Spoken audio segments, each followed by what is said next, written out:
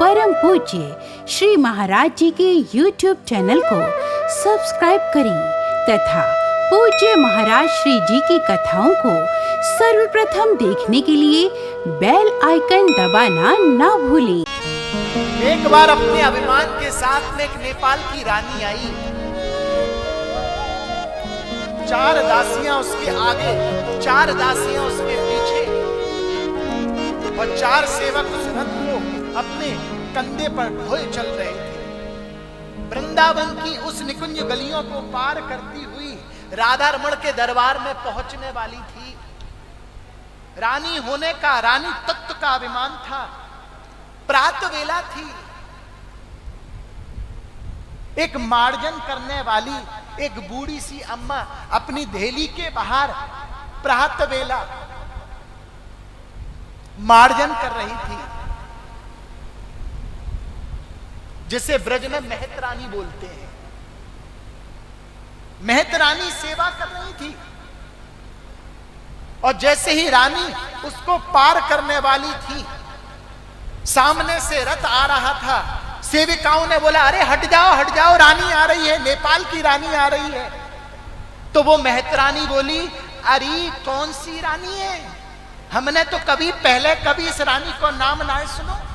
यहां पर तो यहाँ वृंदावन में, ब्रज में 4 ही रानी है।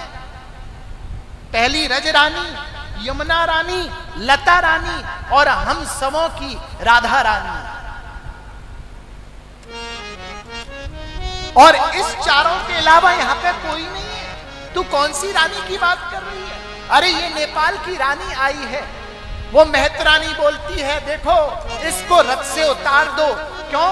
क्योंकि ये भले कोई सी भी भावना से जाए, जिसके दर्शन करने जा रही है ना, एक बार उसको निहार लिया ना, तो ये अपनी रानी तत्व का अभिमान त्याग करके इस गलियों के, इस निकुंज के कोने में कोई दास अगर भजन कर रहा होगा, तो उस दास के चरणों के दासानु दास की सेवा करने की आतुर हो जाएगी ये रानी।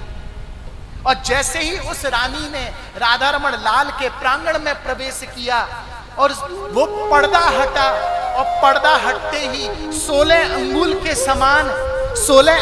के समान वो वांग में त्रिभंग ललितम, जो 3 जगह से टेढ़े हैं, जिनका चरण टेढ़ा, जिनका उदर टेढ़ा, जिनका वक्षस्थल टेढ़ा, जिनका मुखमंडल टेढ़ा और जिनकी लीला भी टेढ़ी।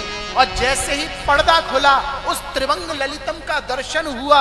रानी ने राधा रमण को निहारा, राधा रमण ने अपना एक दृष्टि रानी पर डाली और जैसे ही रानी को राधा रमण लाल के दर्शन हुए, रानी ने अपना राज्य छोड़ दिया, नेपाल छोड़ दिया, अपने सेवक को वृंदावन के बाहर भेज दिया और वही रानी राधा रमण के चौखट की चाकरी करने वाली एक दासी।